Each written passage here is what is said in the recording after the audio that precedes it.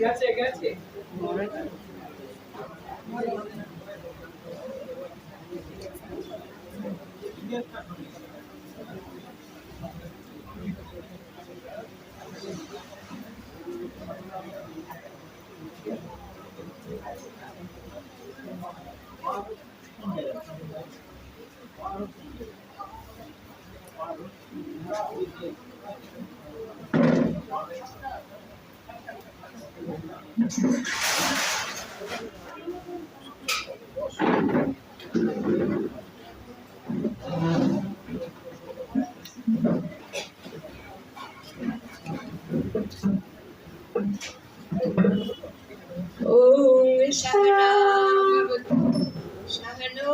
भुनक्तु सह वीर्यं करवावहै तेजस्विनावधीतमस्तु मा विद्विषावहै। ओम शांति शांति शांति। हरि ओम। ओम भद्रं कर्णेभिः शृणुयाम देवाः भद्रं पश्येमाक्षभिर्यजत्रा स्थिरैरङ्गैस्तुष्टुवांशस्तनूभिः वशेम देवहितं जलायु। ओम शांति शांति शांति। हरि ओम। आज 1 মে 2025 2004 সালের 1 মে আমাদের এই মিলন তীর্থের শুভ সূচনা হয়েছিল। আজকে তার প্রতিষ্ঠা দিবস। আর 1897 সালের 1 মে প্রতিষ্ঠিত হয়েছিল আমাদের পরম পূজনীয় শ্রী শ্রী রামকৃষ্ণ মঠ ও মিশনের এই শুভ দিনটিকে, এই পবিত্র দিনটিকে উদযাপন করার জন্য আমরা একত্রিত হয়েছি সকলে। আমাদের মধ্যে উপস্থিত হয়েছেন পরম পূজ্যপাদ স্বামী আত্মনাথানন্দজি মহারাজ, কলিকাতা বিদ্যার্থী আশ্রম, রামকৃষ্ণ মিশন বিদ্যার্থী আশ্রম থেকে উপস্থিত হয়েছেন উনি। আমরা তার কাছে ঈশ্বরীয় প্রসঙ্গ এবং এই রামকৃষ্ণ মঠ মিশন সম্পর্কে শুনব, আর একটা ভক্তিগীতি শুনব। আমরা তাকে আমাদের সকলের পক্ষ থেকে ভুলুণ্ঠিত শ্রদ্ধাপূর্ণ প্রণাম নিবেদন করছি। আমরা তাকে আমন্ত্রণ করছি এই মঞ্চে। আমি আমন্ত্রণ করব, আশিটা বসে করবেন কেন, অশোককে, মাননীয় অশোক সেন মহাশয়, অশোক সেন মহাশয়কে এখানে আসতে, মহারাজের হাতে একটু সম্মাননা তুলে দেওয়ার জন্য।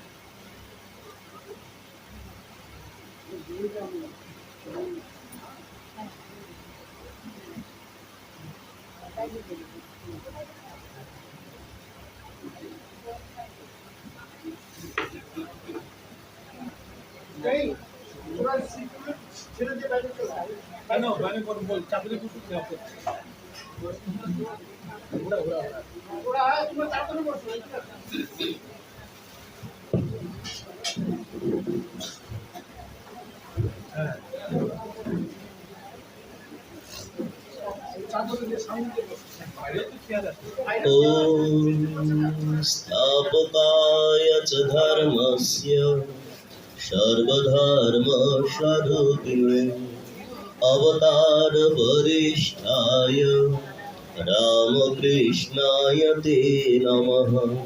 जननीं शारदां देवीं रामकृष्णं जगद्गुरुं पादपद्मे तय श्रित्वा प्रणमामि मुहुर्मुहुः।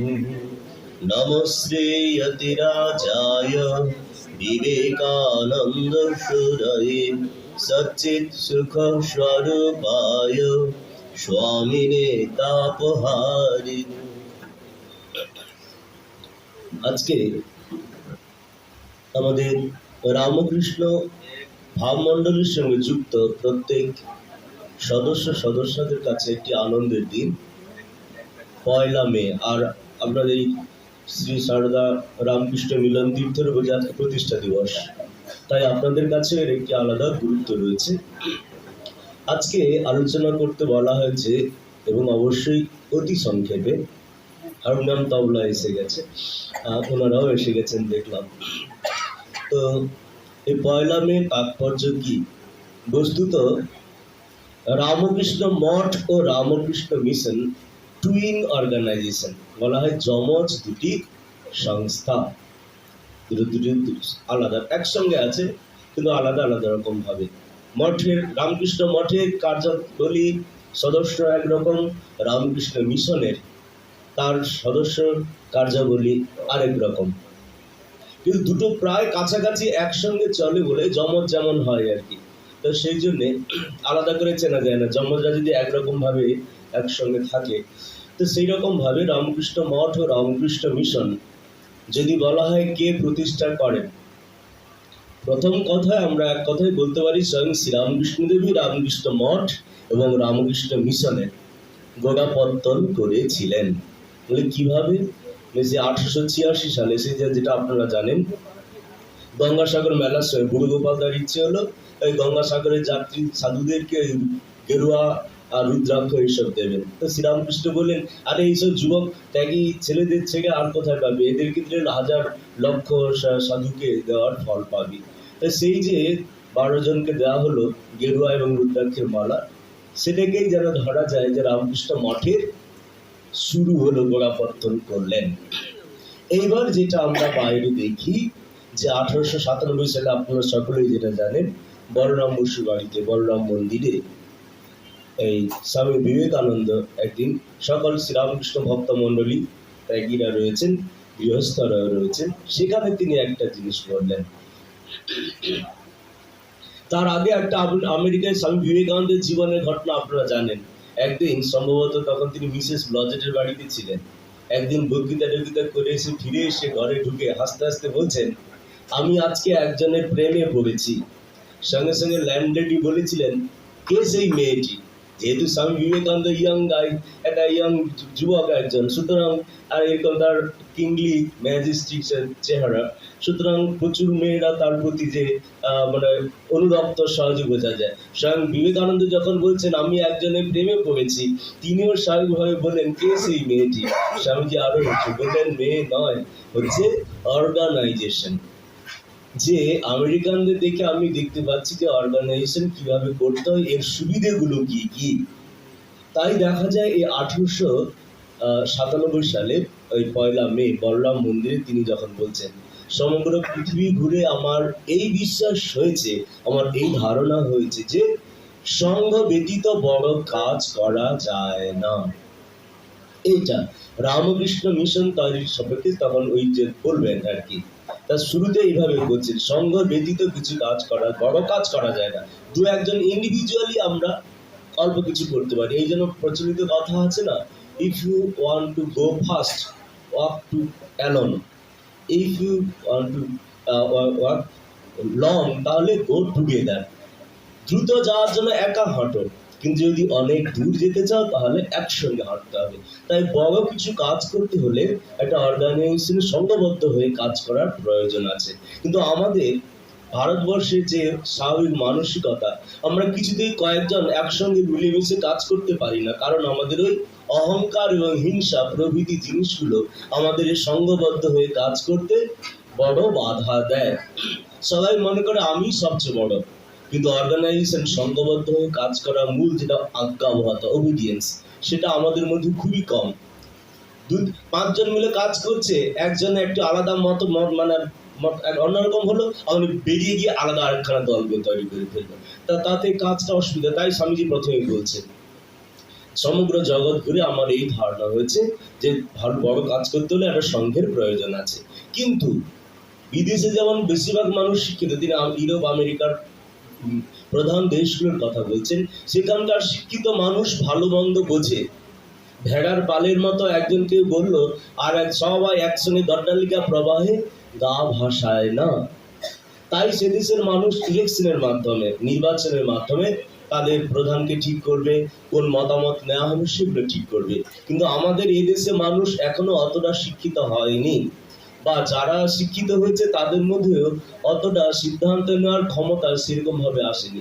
তা সেইভাবে তিনি এই জন্য বলছেন, তাতে একজন প্রধান থাকবে, ডিক্টেটর থাকবে, যিনি বলবেন তার নির্দেশ মানবে, এবং পরে ক্রমশ সবার সর্বসম্মতি ক্রমে অথবা মেজরিটি যেটা বলবে, অধিকাংশ আমাদের পার্লামেন্টে যেমন হয়, একটা প্রস্তাব পেশ করা হলো, যারা হ্যাঁ তারা হাত তুলুন, হ্যাঁ তারা বললো, যারা না হাত তুলুন।